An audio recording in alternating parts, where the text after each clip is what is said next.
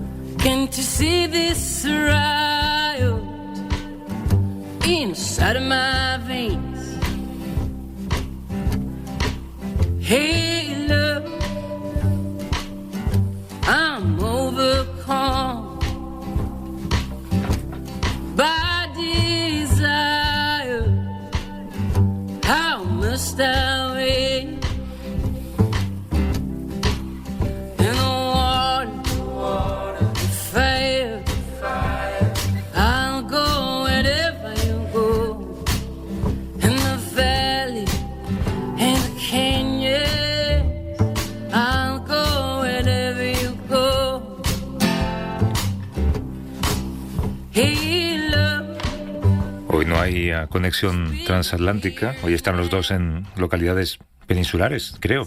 Javier San Pedro es doctor en genética y biología molecular, colaborador del País, y no sé si sigue viendo la lluvia caer en algún lugar de Extremadura. Estoy en Carabanchel, de donde nunca debí salir. Y nada, todo bien por aquí. Todo bien. Y Pera Estupiñas, químico, bioquímico, conduce en las dos El Cazador de Cerebros, reside habitualmente en Buenos Aires, pero hoy me parece que no estás en Buenos Aires. Pera, ¿cómo estás? Buenos días. Buenos días, hoy estoy en Tortosa, llegué el martes de la semana pasada para grabar episodios del Cazador de Cerebros, y bien, la verdad es que no era la vez que más me apetecía regresar a España. O sea, allí es verano, hay menos COVID, la Eva está fantástica, pero... Claro, no te alejas de ella. Sí, mira, algo curioso, tiene 3 añitos y poco, y es la primera vez que yo creo que ha entendido que me voy y estaré un tiempo... como 3 semanas, o sea que es un tiempo considerable sin regresar, porque antes cuando le decía me voy, pues la sensación de, bueno, se va y ya regresa, ¿sabes? No sabe lo que es 2 días o son 2 semanas. Y me puso una carita de estas que... pero bueno. Yo creo que Eva... la siguiente vez te lo vas a pensar. A Eva ha decidido que no le vuelven a meter el palito de la PCR y no piensa pasar por un aeropuerto. Sí, le conté que llegó una nave a Marte y me decía que quería ir a Marte el día siguiente. Pero el día siguiente, papá, vamos a Marte. Nos hacemos una PCR si hace falta, ¿no? Sí. Pero no, está muy bien. Pero bueno, grabando El Cazador de Cerebros es muy divertido. Os cuento muy rápido. Me pusieron una chaqueta a un robot. A ver, ¿cómo es esto? No, esperaba una reacción como más efusiva. Bueno. No, pues estuve en un laboratorio de robótica de la Pompeu, si me oyen, de la Politécnica de Cataluña, donde trabajan en robótica asistencial. O sea, hay toda una línea de robótica que intenta hacer máquinas para cuidar dentro de la medida a gente mayor, ¿no? Ayudarles a poner los zapatos, que los tengan en casa, o poner chaquetas, y había como 2 brazos robóticos que con 2 pinzas cogían una chaqueta y iban viendo de alguna forma dónde estaban mis brazos y me ayudaban a poner la chaqueta, que me pareció... sí.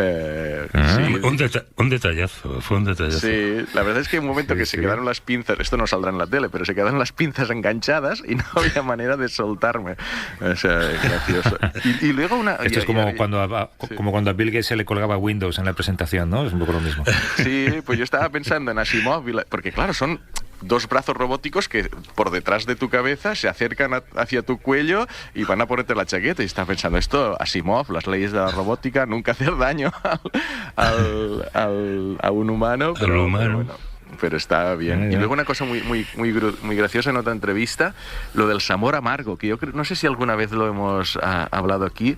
O sea, claro, es muy difícil porque nosotros no sabemos cómo lo que huelen o lo que saborean las otras personas, solo tenemos nuestra referencia, pero se ve que hay una gran diversidad individual entre si alguien nota más el salado o lo nota menos, y eso hace que se ponga más sal. Cuando alguien dice es que está soso, no es solo cuestión de gusto, es que sus papilas gustativas pues no perciben tanto la sal. Y en el amargo es clarísimo. Sí. Nos dieron a probar, tenían una investigadora, Laura López Mascará, de la Sociedad Española de Olfativa, como unos palitos sumergidos con una sustancia amarga. Entonces dice, hay un 25% de personas que se ponen estos palitos en la boca y no notan nada.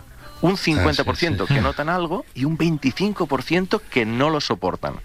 Yo noté muy poco, pero es que había uno del equipo, el Javi, que casi vomita, esto es intolerable. Y dices, pero ¿cómo pues yo casi no he notado nada?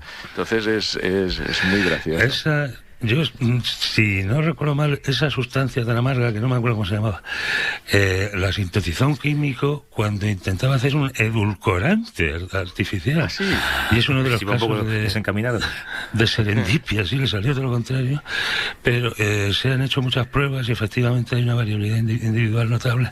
En parte, esta variabilidad se debe a algo tan simple como que los receptores del salado o del dulce se extiendan más o menos por la lengua. También hay variantes de los receptores, ¿no? Son variantes que algunas son más afines por esta sustancia o menos, o por el azúcar o lo que sea. Y hay una gran variabilidad, efectivamente, dentro de la... Y es súper rápido. El olor de cítrico, hay una sustancia que es el limoneno, que es la que da olor a limón, pero es una molécula quiral, es la misma molécula, pero cambia una distribución de un átomo, y cuando cambia esta distribución es el olor a naranja. Entonces tú tienes dos potecitos que te van a decir, ahora vas a oler, bueno, a ver qué huele, si tú olerás limón o naranja. Lo que pasa es que en la naturaleza, aparte del limoneno, pues hay muchas otras sustancias que le dan pues todo este olor a naranja más natural. Entonces, cuando olí el limoneno L, que es el de naranja, dice, a lo que huelo es a los caramelos de naranja.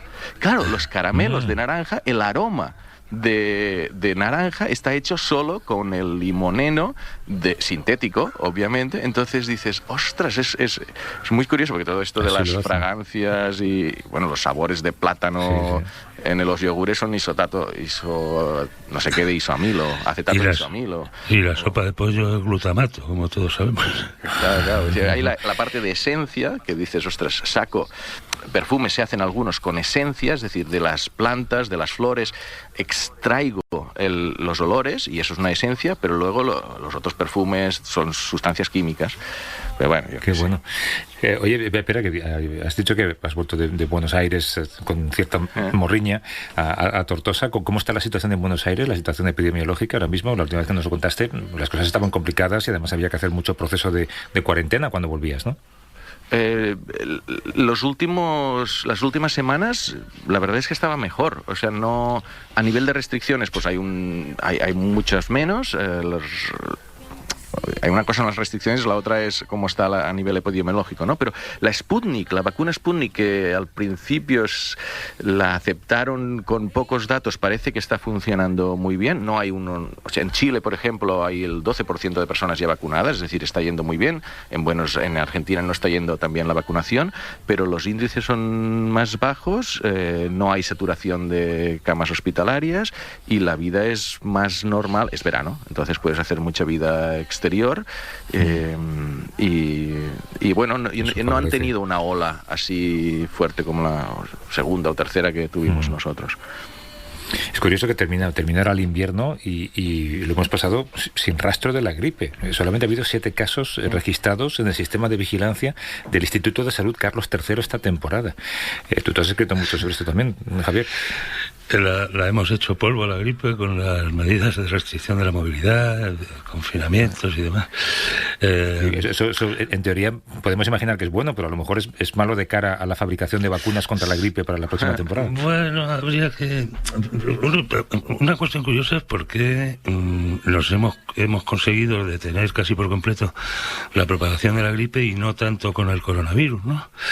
Pero claro, es que hay que tener en cuenta que el coronavirus se propaga más que la gripe, cosa que parece imposible. Y se propaga más. Luego, por otro lado, claro, la población está más o menos inmunizada contra la gripe, ¿no? Puede coincidir más o menos con las cepas circulantes, pero hay mucha inmunidad poblacional contra la gripe, que lleva con nosotros mucho tiempo. Y luego está la forma de propagación del coronavirus no es la misma, porque están estos eventos de supercontagio, ¿no? Con el SARS-CoV-2 sabemos que en cada ciclo de infección el 10% de los contagiados infectan al 80% del siguiente ciclo de infección, ¿no? De manera que son los eventos estos de superpropagación. Sí, y esto, claro, es una dinámica muy distinta. La gripe, pues casi todo el mundo tiene la misma probabilidad de contagiar a otra persona, ¿no? Mientras que aquí hay unas diferencias individuales que no acabamos de entender muy bien, ¿no? Tienen que ver con la carga viral seguramente, por supuesto también con dónde estás, porque estos eventos han ocurrido sobre todo en espacios cerrados y atestados de gente y mal ventilados. Pero sí, respecto a los cócteles, claro, el mero hecho de que el virus haya circulado tan poco durante esta temporada pues le habrá impedido variar, mutar y recombinar sus genes tanto como suele hacer, de manera que es posible que los cócteles anteriores no sigan valiendo, porque el virus no ha tenido mucha ocasión de evolucionar, ¿no? Si no circula apenas, pues apenas hay nada que hacer. Había un artículo, creo que en un diario británico, donde por el hecho de que había bajado tanto los contagios de gripe, planteaban si cuando desapareciera el COVID deberíamos seguir utilizando mascarillas, que obviamente es no, pero ya está bien de mascarillas. Pero sí que, si lo piensas bien, quizás un poco la costumbre en las personas que puedan tener síntomas en el futuro de gripe o de resfriados, a lo mejor nos habremos acostumbrado a decir, ¿sabes qué? Pues me pongo una mascarilla. No será tan raro como hace 2 o 3 años ir en mascarilla por el metro, pero si lo piensas... Pero te va a estigmatizar mucho, ¿eh? Si llegamos a una época de normalidad en la que todo el metro va sin mascarilla y ves a alguien con mascarilla, al pobre hombre o la pobre mujer se le va a hacer el vacío seguro, ¿eh? Sí, cierto, pero... Va a pillar asiento seguro. Pero bueno, el hecho es que gracias a las mascarillas y otras cosas no hemos tenido gripe, entonces es como, y quizás algo debería quedar de esto para después del coronavirus, pero bueno, no sé, es prematuro. Sí, eso será un debate. Y por lo menos en países donde la vacunación antigripal no funciona muy bien, ¿no? Podría ser una forma adicional de evitarla. Recordemos que la gripe produce entre 250.000 y 500.000 de muertes anuales en el mundo, ¿eh? O sea que no es tampoco ninguna tontería. Sí, y para los que decían que esto era como una gripe, no se parecen en la manera de propagarse ni en el volumen de afectados y de muertos, porque fíjate, 500.000 es lo que lleva solamente Estados Unidos, fallecidos por culpa de esto, ¿no? Claro. Que por cierto, aquí el doctor Anthony Fauci, que es el epidemiólogo jefe del gobierno, lo era ya con Trump, aunque se llevaba fatal con él, ya ha empezado a sugerir veladamente, no lo dice porque es una acusación demasiado grave, ¿no? Que de ese 500.000 de muertes seguramente hay un porcentaje enorme que se podría haber evitado si Trump hubiera actuado con mayor celeridad y con decisión y hubiera creído que esto realmente era un problema, ¿no? Antes de dejar pasar tanto tiempo. Es una acusación demasiado grave porque, claro, es acusar a alguien de dejar morir a cientos de miles, ¿no? Es evidente que Fauci tiene toda la razón, claro que sí. Otra cosa es que eso se pueda convertir en una acción judicial, pues, habrá que hacer unas cuantificaciones, eso será más difícil, pero desde luego que Trump, cualquier gobernante tiene una alta responsabilidad en el número de casos y de muertes que ha habido en su país, y Trump pues es el líder mundial, ¿no? de la mentira y del negacionismo del virus. Fauci, que es un personaje interesantísimo, porque es un hombre que ya con una edad, creo que tiene 83 años por ahí. 80 y pico, vamos, 80 y pico años, y dice las verdades sin ninguna consideración, ¿sabes? Lo cual está muy bien, porque es lo que esperas de un científico, ¿no? Y la semana pasada dio un par de entrevistas y también dijo una cosa que yo creo que viene a colación de lo que acabamos de comentar. Él dijo que él cree que seguiremos llevando mascarilla en 2022, por lo menos durante un tiempo, que falta más de un año hasta que digamos fuera las mascarillas. Sí, yo creo que los plazos que han dado los gobiernos son poco realistas. Esto de llegar al verano con el 70% de la población, yo creo que no están bien hechos esos cálculos. Es cierto que un gobernante tiene que emitir un mensaje de optimismo, ¿no? Pero no hasta el punto... Si generas unas expectativas exageradas, pues al final te la vas a pegar, ¿no? Y yo creo que esas son las previsiones de los gobiernos. Y en el caso de España, mira lo que publica hoy El País, Javier, ¿no? Salvo que se multiplique por 4 el ritmo de vacunación que hay ahora mismo, exacto, es imple llegar al verano con el 70%. Sí, al final del verano, no ya al principio. Eso es una cuenta, claro, la podemos hacer cualquiera, la cuenta esa, claro. Ahora parece que podremos contar con la vacuna de Janssen, ¿no? Johnson & Johnson, no sé, sí. Johnson & Johnson, y podrían llegarnos 20 millones de dosis de esta vacuna de aquí a fin de año. No de aquí al verano, claro, de aquí a fin de año. Es un número importante porque funciona en una dosis solo. Y eso son 20 millones de personas vacunadas, pero estamos hablando de aquí a fin de año. Es curioso, la verdad es que es curiosísimo que podamos hablar, o que hablemos de cosas que jamás habríamos imaginado. Estaríamos hablando de esto, ¿no? Como por ejemplo, esta especie de, como si hubiera clases entre las vacunas, ¿no? En Alemania la gente rechaza ponerse la de AstraZeneca, porque no confían en la eficacia. En Israel, esta mañana lo contábamos, el gobierno de Israel solamente pone la de Pfizer.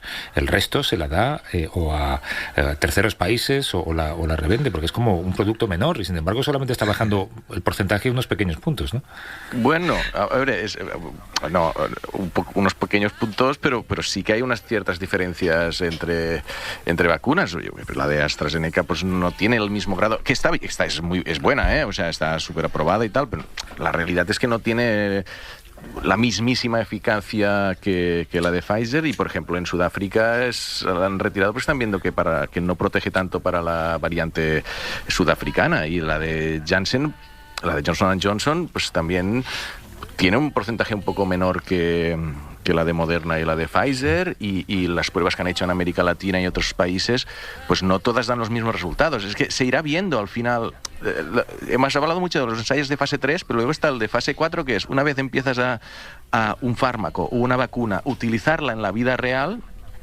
Los datos que vas recopilando de ese uso, ya no en ensayo clínico, sino en la realidad, ¿cuáles son? Y de Pfizer y de Moderna, la verdad, se está viendo resultados muy buenos. Pero esto supongo que también es matemática, ¿no, Javier? Sí, incluso aunque el porcentaje de protección sea menor con determinadas vacunas, sirve igual en el camino hacia la inmunización del rebaño. Claro, de la población, a la inmunización de la población. Lo que ocurre es que la gente piensa en términos individuales, ¿no? En términos egoístas. Entonces dice, pues ¿para qué me voy a poner una vacuna del 70% si está esta otra del 90%? Pero ahora mismo lo mejor que podemos hacer es utilizar todas las vacunas que tengamos disponibles, independientemente de que su actividad sea un poco mayor o menor, o que una variante le vaya mejor o peor. Porque lo más importante ahora mismo es que la población deje de ser virgen contra el coronavirus.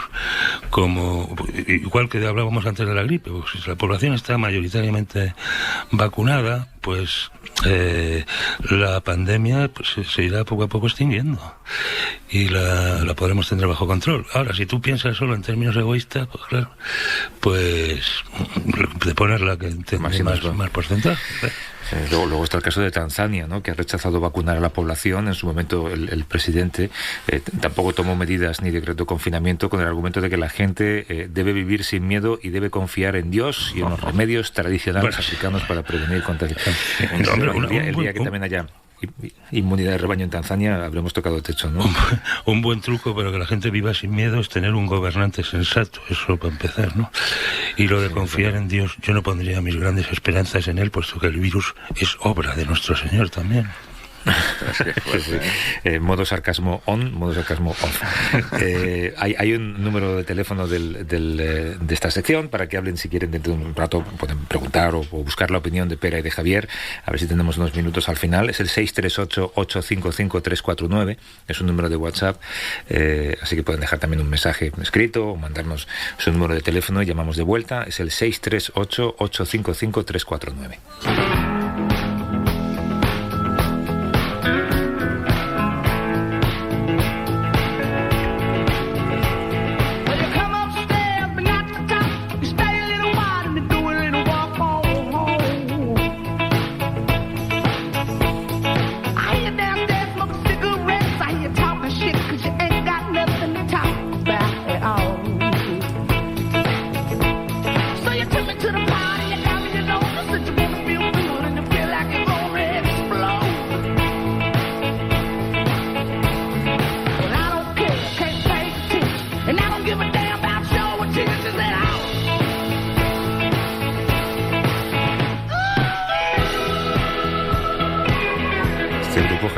buenísimo, Alabama Shakes, estoy seguro que a ti te gusta. Esta canción yo creo que estaba en el primer disco de A Vivir, me lleva hace ya un montón de años.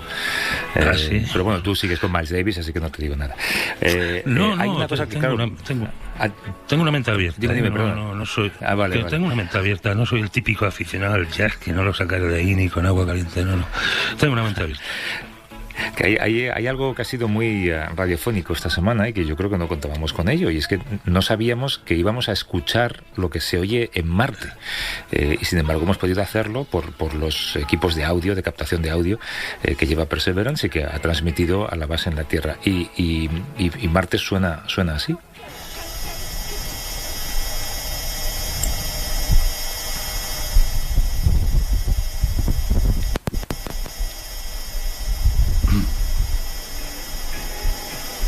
Es verdad que hay un pequeño zumbido, que es el de los equipos, lógicamente, de trabajo de la nave, claro.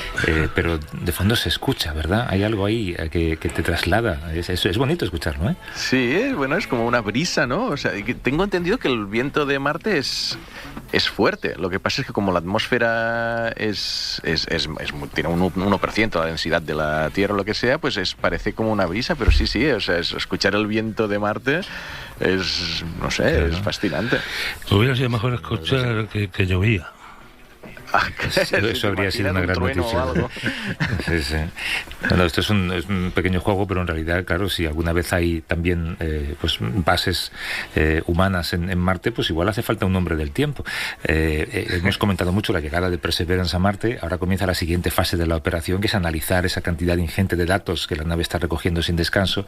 Y uno de los encargados de ese análisis es Agustín Sánchez La Vega, que es catedrático de Física Aplicada y director del Grupo de Ciencias Planetarias de la UPV. ¿Cómo estás, Agustín? Buenos días. Hola, muy buenos días, estupendamente. Y hay que decir que la estación meteorológica MEDA, que lleva integrada esta nave, la Perseverance, es española. Es del Centro Nacional de Astrobiología, junto con el Instituto Nacional de Tecnología Aeroespacial. Y tu equipo, Agustín, se encarga de analizar los datos que vayas recogiendo. Y el objetivo es, yo hacía la broma del hombre del tiempo, pero no es así. El objetivo es analizar el tiempo que hace allí, ¿no? Bueno, básicamente es eso. MEDA es una estación meteorológica que está recogiendo todos los datos de presión, temperatura, humedad del aire, viento, etcétera. Y nuestra misión es efectivamente analizar estos datos para ver si entendemos cada vez mejor la meteorología de Marte, lo que pasa en este caso casi a nivel de la superficie, ¿no? Y luego nuestro otro gran reto con MEDA pues es caracterizar el polvo. El polvo en Marte está presente, es ubícuo, está presente en todas partes y es un elemento perturbador para los instrumentos por cuanto que se va depositando en ellos, se mete por los intersticios de todo ese complejo laboratorio que es Perseverance y finalmente puede dañarlo, y qué decir para futuras misiones humanas. De manera que digamos que esas son nuestras dos misiones fundamentales. Cuéntanos un poco cómo es el proceso para ingenuos como yo. ¿Esperáis noticias de la NASA o os van mandando resultados o estáis en tiempo real viendo datos continuamente? Sí, todos los días hay operaciones, se van subiendo a una dirección de internet, obviamente para los investigadores, y de ahí los descargamos. Y en el momento que los descargamos, pues nada, uno ya puede hacer su gráfico de presión en función del tiempo, de temperatura, e ir analizando lo que allí va saliendo, ¿no? Digamos que todavía en esta fase inicial de la misión, pues básicamente el trabajo es de los ingenieros, de los técnicos que están comprobando que todo está en marcha, ¿no? No hemos empezado estrictamente las operaciones científicas, esto será un poco más adelante, pero ya vamos recogiendo datos, ¿no? Como se ha podido ver también pues en las presentaciones que han hecho los equipos de la NASA, ¿no? Esas imágenes fantásticas del cráter Jezero, ¿no? Oye, pero tú te defines como meteorólogo planetario, porque te dedicas a estudiar la atmósfera de los planetas. Explícanos para qué sirve conocer la meteorología de planetas a los que previsiblemente, o por ahora al menos, no vamos a llegar. Bueno, pues mira, en el caso de Marte no sé cuándo irá el ser humano, pero iremos, eso seguro, ¿no? Evidentemente, posarse en la superficie de Venus, en donde las temperaturas son de 400 grados centígrados y la presión como si nos metiésemos a 1000 metros de profundidad bajo el agua, o ir a Júpiter o Saturno, y que son bolas de gas inmensas, pues no está previsto en un principio. Pero fijaros bien, nosotros en un laboratorio terrestre no podemos simular una atmósfera, no podemos poner una bola de gas a rotar y estudiar los fenómenos meteorológicos que en ella acontecen, ¿no? Entonces yo siempre digo que para nosotros las atmósferas de los planetas son laboratorios naturales, en donde nosotros pues estudiamos los anticiclones, las borrascas, las grandes tormentas.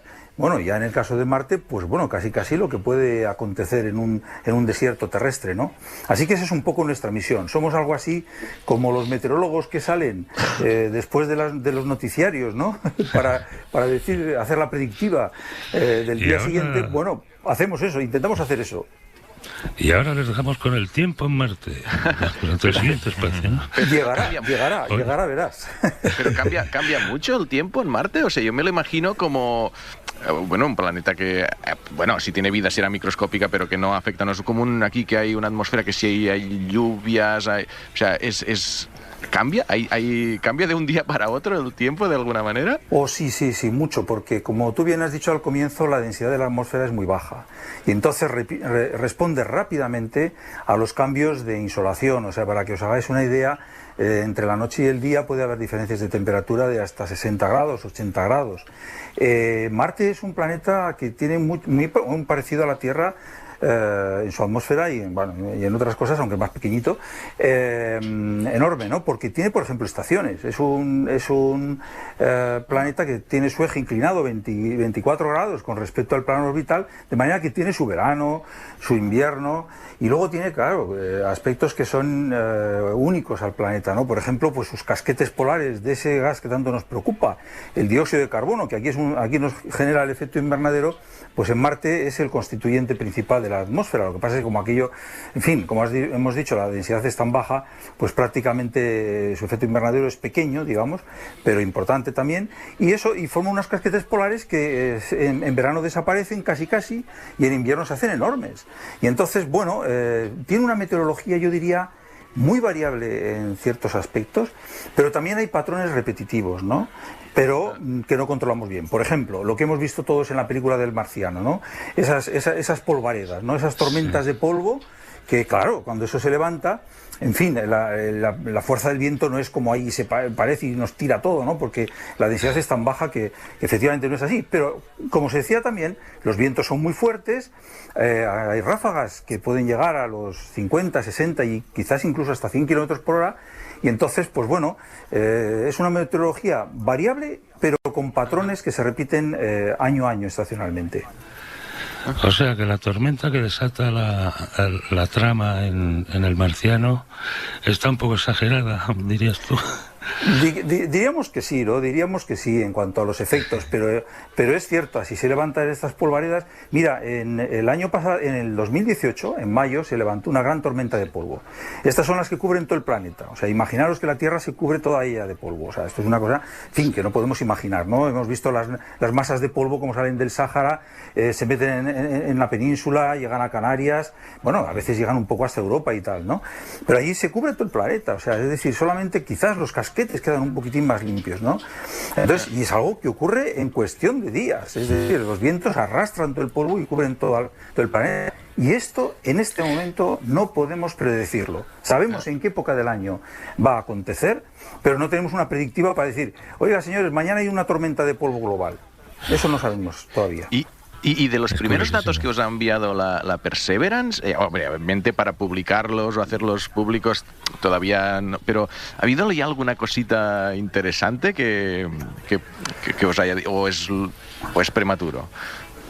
No, es prematuro, efectivamente. En este momento las cosas, o sea, todo lo que se está haciendo por parte de los ingenieros es comprobar que todo funciona bien, ¿eh?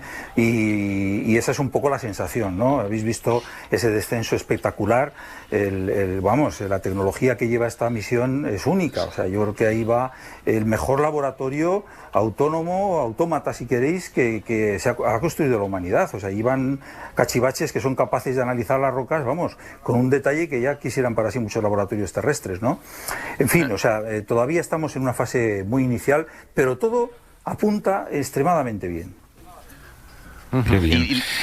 Oye, dime, espera. No. Estaba pidiendo nada, pero sé que dentro de un par de meses la China también intentará aterrizar, que ahora está orbitando y no sé si... Bueno, le había preguntado por este tema así internacional, si van a hacer lo mismo, cómo se comparan, la ExoMars que va a llegar dentro de un par de años, o sea, es como que hay como un furor en Marte de diferentes países, no sé si trabajan en conjunto o cada uno mira cosas diferentes. Pues mira, sí, efectivamente, yo creo que por primera vez hemos invadido Marte, o sea, no nos han invadido los marcianos, sino nosotros a ellos, ¿no? Es decir, hay una batería inmensa de naves en órbita, algunas de ellas muy exitosas, que llevan más de 15 años, como es el caso de la Mars Express, que es de la Agencia Espacial Europea, en la que yo estoy, en fin, llevo ahí una cámara pequeñita que tiene para observar el planeta en su conjunto, y encima de eso pues tenemos en la superficie de Marte funcionando el rover Curiosity, que lleva ya más de 10 años obteniendo también datos meteorológicos, analizando las rocas. Tenemos la plataforma InSight, que es una plataforma que está estudiando el interior de Marte, que esta no se mueve, no es un rover, y ahora Perseverance, ¿no? Pero efectivamente, como bien dices, dentro de 2 meses estará el rover de China. Bueno, es más sencillito, digamos que si, por poner una medida, si Perseverance tiene 1 tonelada, pues este tiene, creo que recordar, unos 250 kilos, es más sencillo, pero yo la verdad es que estoy asombrado con lo que está haciendo China en el espacio. A la Luna ha ido y se ha movido por allí tranquilamente con su rover, y no llevan tantos años, o sea, realmente es quizás una incógnita. Bueno, adelantado ya Europa, lo que China va a hacer. Europa tenía que llegar, se retrasó la ExoMars hace un par de años porque no llegaban a tiempo, y China ya ha pasado por delante a Europa en esto, después, no sé. Es una de las... Exacto. Uno de los sectores estratégicos por lo que han apostado las agencias científicas chinas, ¿no? También su investigación en comunicaciones cuánticas entre satélites y la Tierra son las más avanzadas que hay en el mundo ahora. Tienen fuertes equipos en matemáticas, en fin, son áreas estratégicas para China. Eso es, y además fíjate, o sea, es quizás donde la cooperación es un poco más opaca, ¿no? O sea, donde se conoce menos, ¿no? Porque entre Europa y América pues hay un intercambio continuo, ¿no? De hecho, las misiones orbitales de la Agencia Espacial Europea pues están ayudando a la transmisión de datos desde el Perseverance, ¿no? Por poner un ejemplo, ¿no? China es una incógnita, pero da la sensación, efectivamente, como muy bien decís, que va a toda velocidad, o sea, muy rápido. Agustín Sánchez La Vega, que es catedrático de Física Aplicada y director del Grupo de Ciencias Planetarias en la Universidad del País Vasco. Gracias, Agustín. Un abrazo y suerte con todo esto. Muchas gracias a vosotros. Hasta luego.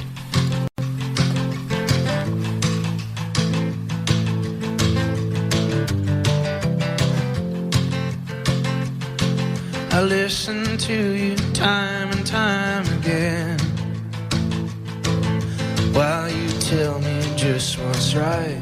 En previsión de un futuro asentamiento en Marte, en la Luna, no solamente hay meteorólogos estudiando el clima, también hay arquitectos pensando cómo viviríamos allí y cómo serían nuestras casas. Vamos a hablar con una arquitecta, fundadora del estudio Gareit Proyectos y miembro del Comité Científico Técnico de la Red Española de Planetología y Astrobiología. Me han dicho que el apellido se pronuncia tal y como se escribe, así que a ver si lo digo bien, Yasmina Eid-Machet.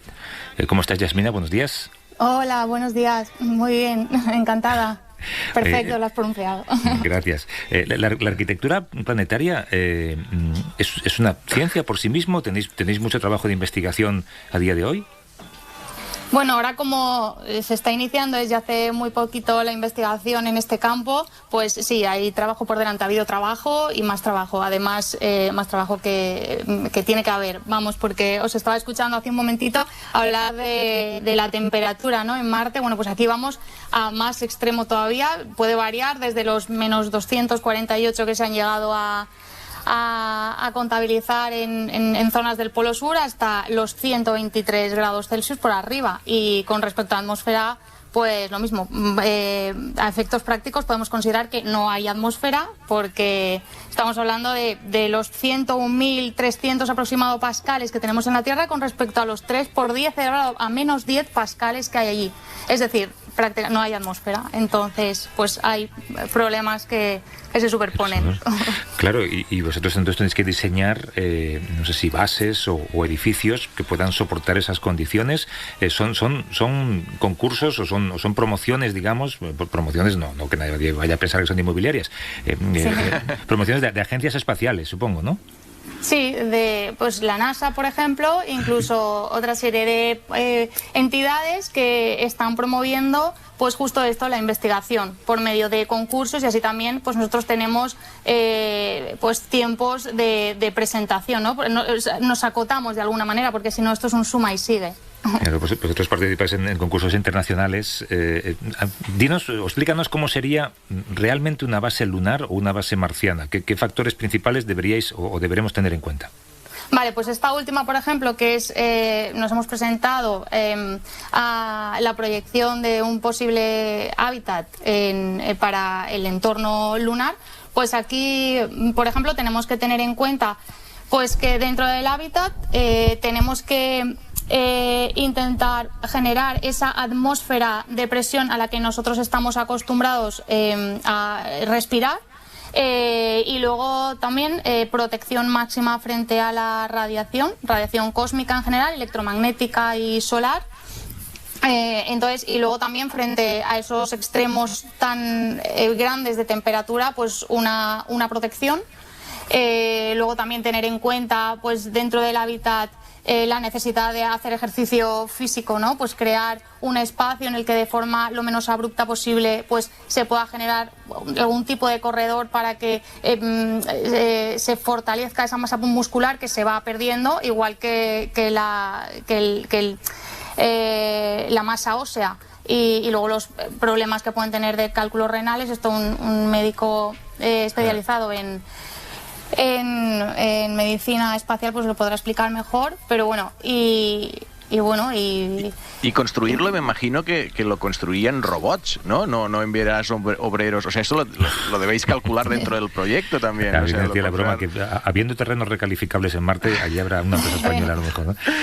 Sí, pues a ver, con respecto a eso sí que es verdad que al primer concurso que nos presentamos sí que nos pedían también diseñar nuestro propio robot, ¿no? Para que con la metodología de impresión 3D pues fuera él el que pudiera levantar con recursos selenitas, regolito en este caso, en ese caso era marciano, pudiera levantar ese hábitat, en este caso sería lunar. Pero bueno, nosotros lo que planteamos también dentro de nuestros proyectos es que se pueda levantar de una manera lo más sencilla posible, reutilizando partes del cohete, pensando también en el acople de determinados elementos al interior del hábitat, como por ejemplo cajas metálicas pero realizadas con aleaciones de metales que se utilizan en la industria aeroespacial, como por ejemplo el titanio, el magnesio, el níquel, que sean resistentes y a la vez que no pesen demasiado. Allí también estamos hablando de un sexto de la gravedad que hay en la Tierra, pero bueno, es más que nada por el movimiento, ¿no?, de un sitio y de otro, la traslación. Y bueno, y de esta manera también pues pensar también en la utilización de recursos del planeta para ser lo más eficientes posibles, porque claro, hay que pensar también en luego la generación, cómo generas electricidad, ¿no? Bueno, pues el hecho de ubicarlo en determinados sitios, por ejemplo, este último concurso que ha sido para el emplazamiento en la Luna, pues hemos pensado en los alrededores del cráter Shackleton, porque allí casi el 80% del tiempo le da una luz rasante, porque el eje de rotación y de traslación son sensiblemente paralelos y prácticamente está iluminado. Entonces, claro, puedes pensar en la instalación de placas solares, pero como hay polvo electrostático que está en suspensión, pues esto también mancharía muy fácilmente las placas. Hay que estar muy pendientes de mantenimiento. Los astronautas lo que dicen muchas veces es lo engorroso, ¿no?, del polvo, que mancha mucho. Entonces, pues hay que pensar pues en las baterías también nucleares. Bueno, hay que tener en cuenta, entonces, lo que me comentabas antes, para volver otra vez al hilo, es la facilidad de montaje, porque, bueno, para facilitar la faena, pero más que robots, si utilizas... ¿Y hasta qué punto es un ejercicio intelectual que os pide la NASA o la SS? Decir, mira, imaginemos, o realmente tú percibes que sí hay una intención de empezar a hacer, no sé, a lo mejor en un desierto, pruebas con estos robots, de que construyan ellos solos a partir de la arena del desierto un edificio, o buscar cuevas o sea, es solo lo que te digo, un ejercicio de decir, vamos a imaginar a ver qué pasa, y imagino que os pagan o algo para hacerlo, porque tampoco... No. Pero... No. Bueno, vale, recursos propios. No, pero no vale, pasa nada. Pero ¿hasta qué punto es un ejercicio así, o tú percibes que sí que es una línea que va a empezar fuerte? Bueno, pues aquí, por ejemplo, está prevista la misión Artemisa para el 2024. Un posible, más que asentamiento, es llegar por segunda vez a pisar la superficie lunar. Esta vez se quiere que sea una mujer la que pise el suelo selenita, y entonces por eso se está pidiendo... ¿Marciano te refieres? No, en este caso lunar. Vale. Sí. Que sirva de alguna manera como plataforma, viendo los recursos con los que podemos contar allí, para que sirva como plataforma para luego posibles misiones mucho más futuras, misiones futuras hacia Marte, porque a lo mejor se puede conseguir algún tipo de combustible ahí. Por ejemplo, en las misiones del Apolo, en las tripuladas, en la última misión, por medio del Apolo 17, pues las muestras que pudieron traer a la Tierra se vio, por ejemplo, la existencia de helio 3. Entonces, pues si se consiguiese llevar a cabo el desarrollo de la fusión nuclear, pues bueno, pues sería un combustible muy interesante, y a partir de ahí pues poder hacer misiones futuras, pero partiendo desde el satélite. Oye, Yasmina, ¿en cuánta gente estáis pensando, no? Danos una idea de las dimensiones de estos proyectos. Para vivir en el para vivir en el edificio. Sí. Bueno, para vivir dentro del edificio. Yo veo aquí el diseño, veo unas camitas, ¿no?, en un lateral, sí. Me parece. Sí, tienes delante las imágenes. Sí, pues aquí, por ejemplo, este hábitat en concreto está pensado para albergar a un máximo de 16 personas. No hay ninguna suite aquí, ¿eh? No, suite, no. Todavía no, pero bueno, si ya lo necesita estar de manera... Uno no va a buscar el lujo a la luna, ¿no? No, estaba pensando que igual que diseñáis, como decías, a lo mejor pues una zona para hacer ejercicio, para combatir un poco los problemas de salud física, si también incluís algo para combatir los posibles problemas de salud mental. No sé si poner un futbolín o algo, ¿no?, para que la gente haga... Pues eso es una reflexión muy buena, porque sí, efectivamente sí que necesitan sus zonas de ocio, incluso al estar encerrados en un hábitat, pues nosotros hemos previsto la incorporación de un lucernario en la parte superior, porque es importante de la misma manera que nos ha pasado, esto no hemos podido vivir en el confinamiento, buscábamos ventanas, buscábamos balcones, buscábamos ver al exterior, pues con protección, eso sí, vidrios de sílice, y luego con membranas que incluso llevan, pues como llevan las viseras de los cascos de los astronautas, láminas de oro, porque la reflexión es casi el 100% dentro del espectro visible de los rayos infrarrojos, que es lo que les quema, y luego unidos de material polipropileno, por ejemplo, que son plásticos, para evitar pues eso, que introducir pues la radiación ultravioleta. Pues esto es una manera, ¿no?, de poder que de vez en cuando pues, hacer que puedan despejarse un poco mirando al exterior, y luego también dentro pues en espacios compartidos en los que pues en un momento determinado incluso ellos se llevan instrumentos o se llevan cartas o se llevan para que puedan dialogar, incluso ver una película si es necesario el ocio. Claro, yo te diría, Yasmina, siendo un proyecto español, si va a ser española la base lunar, haz un huequecito para hacer una especie de bar, ¿no? Una cosa que sea que te recuerde un poco a nuestra cultura. Sí.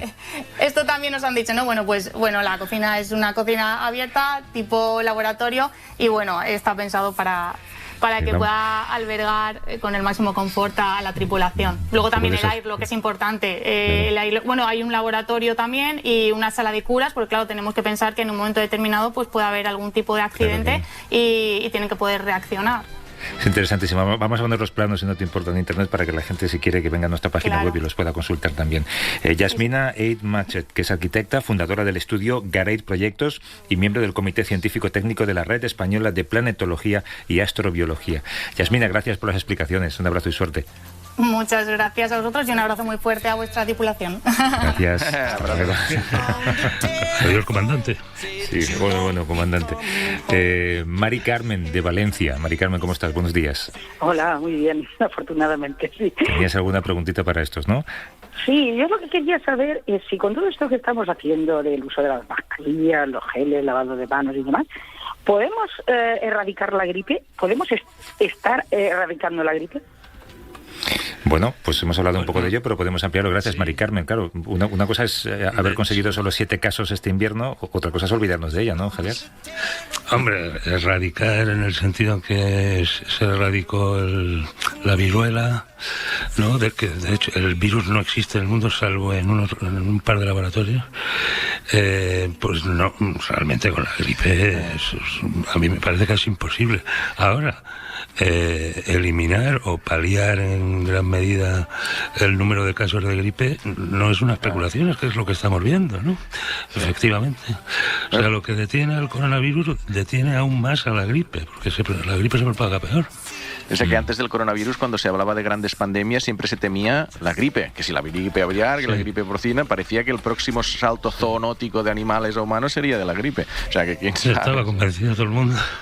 Todo el mundo estaba convencido. Desde Pamplona, Joseba. ¿Cómo está, Joseba? Buenos días. ¿Qué hay? Hola, buenos días.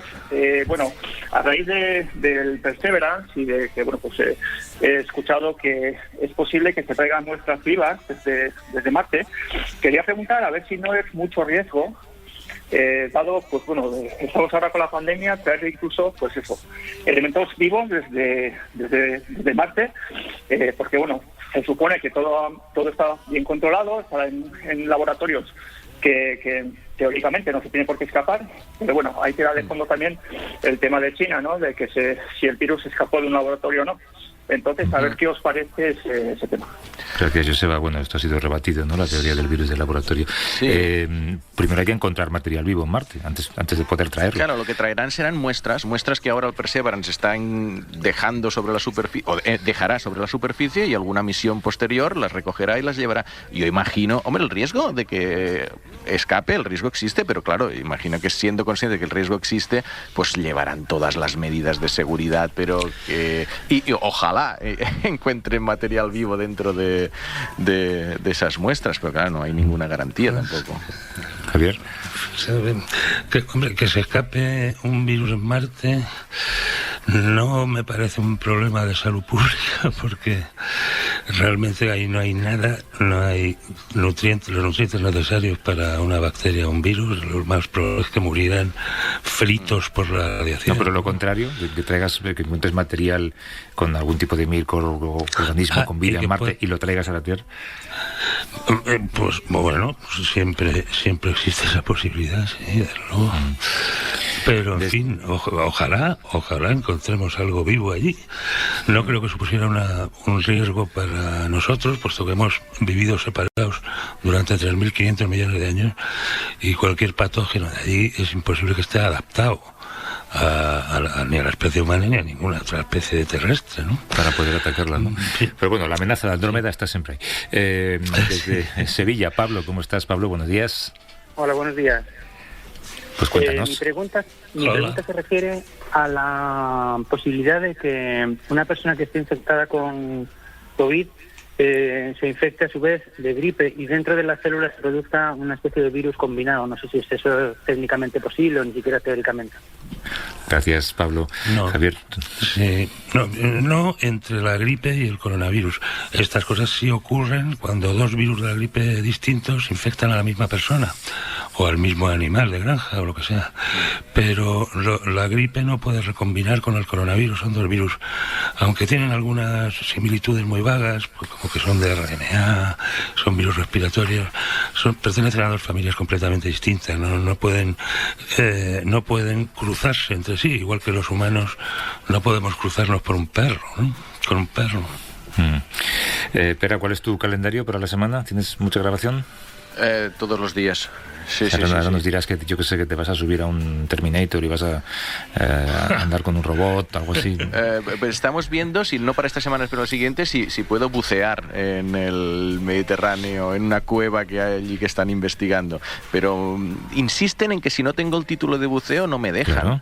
Y yo digo, oye, pero ya he buceado varias... Ya, pero yo ya he buceado varias veces. ¿No? Pero bueno, pues, como dices, he incumplido el límite de velocidad varias veces. Déjame ir más rápido. No, hombre. No, pero claro, que me hagan un bautizo de estos rápidos. No. Cursillo. Es que una salida a superficie demasiado rápido te puede hacer polvo, vamos. Claro, bueno, después morir. No, se ve que hay una cueva interesantísima. Pero bueno. Nos lo cuentas el domingo que viene, si has conseguido el título sobornando a alguien o haciendo lo que tienes que hacer. Pera Estupiñán es químico, es bioquímico y conduce en la 2 El Cazador de Cerebros, y Javier San Pedro, que es doctor en genética y biología molecular, colaborador del País. Como siempre, Pera y Javier, un placer. Abrazos. Igualmente, hasta la semana que viene.